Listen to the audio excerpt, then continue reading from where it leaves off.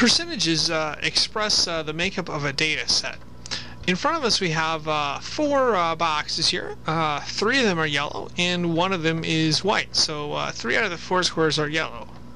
In percentage terms, we take 3 and divide it by 4, which would come out to approximately 75%. And essentially, to calculate a percentage, we would calculate it by taking the item that we are measuring and we divide it by the total number of the data set.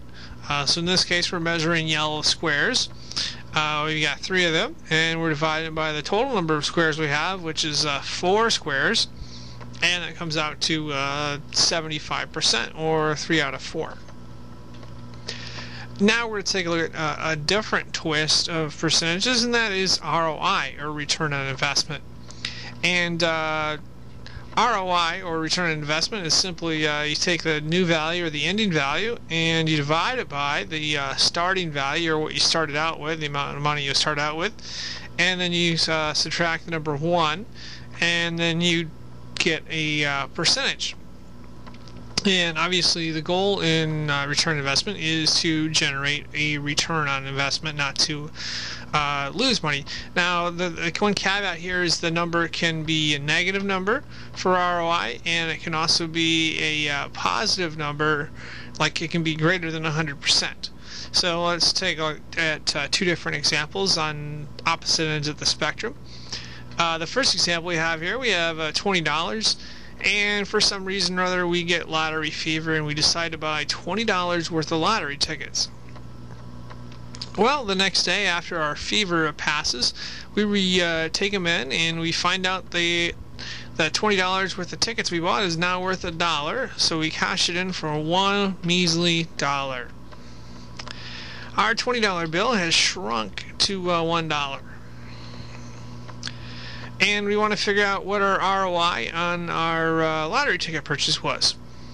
Well, in this case, our new value or ending value is $1, because that's what we redeemed it for. And we started with $20, so $20 is our starting value. So we take 1 divided by 20, which comes out to 0.05, or 1/20th, and then we subtract 1 to get our percentage. So 0.05 minus 1 is going to come out to negative 0.95, or in this case our ROI is going to be negative 95%, and that's the amount of or the percent we lost on our $20 that we decided to blow on lottery tickets. Now let's take a look at the opposite end of the spectrum, where okay, we decided to go to a junkyard or whatever, and we find some tools, and we get those tools, and it only costs like $5, so it's really cheap. Okay, well, a couple hours later we run into a friend who likes tools as well, and he likes these tools more than we do, and he decides to offer us $20 for those tools. Well, since we only paid $5 for it, we decide that we can always get more tools at the junkyard, and we would like to make a small profit for our time working. So, okay, we sell them to our friend for $20.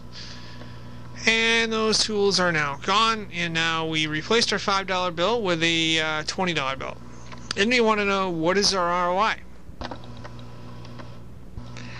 Well, we now have $20. That is our new value, or our ending value. And we started with $5, so that was our starting value. So we take a 20 and we divide it by 5. Well, 20 divided by 5 is 4.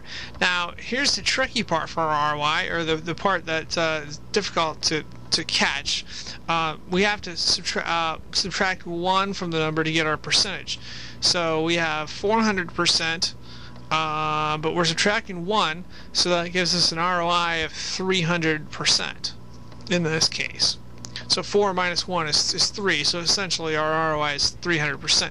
Now keep in mind that when we're doing ROI, always remember to subtract the number 1 that I highlighted there, and those are 2 ends of the spectrum of that. And then we also covered how to do basic percentage makeups. Thank you for watching this video.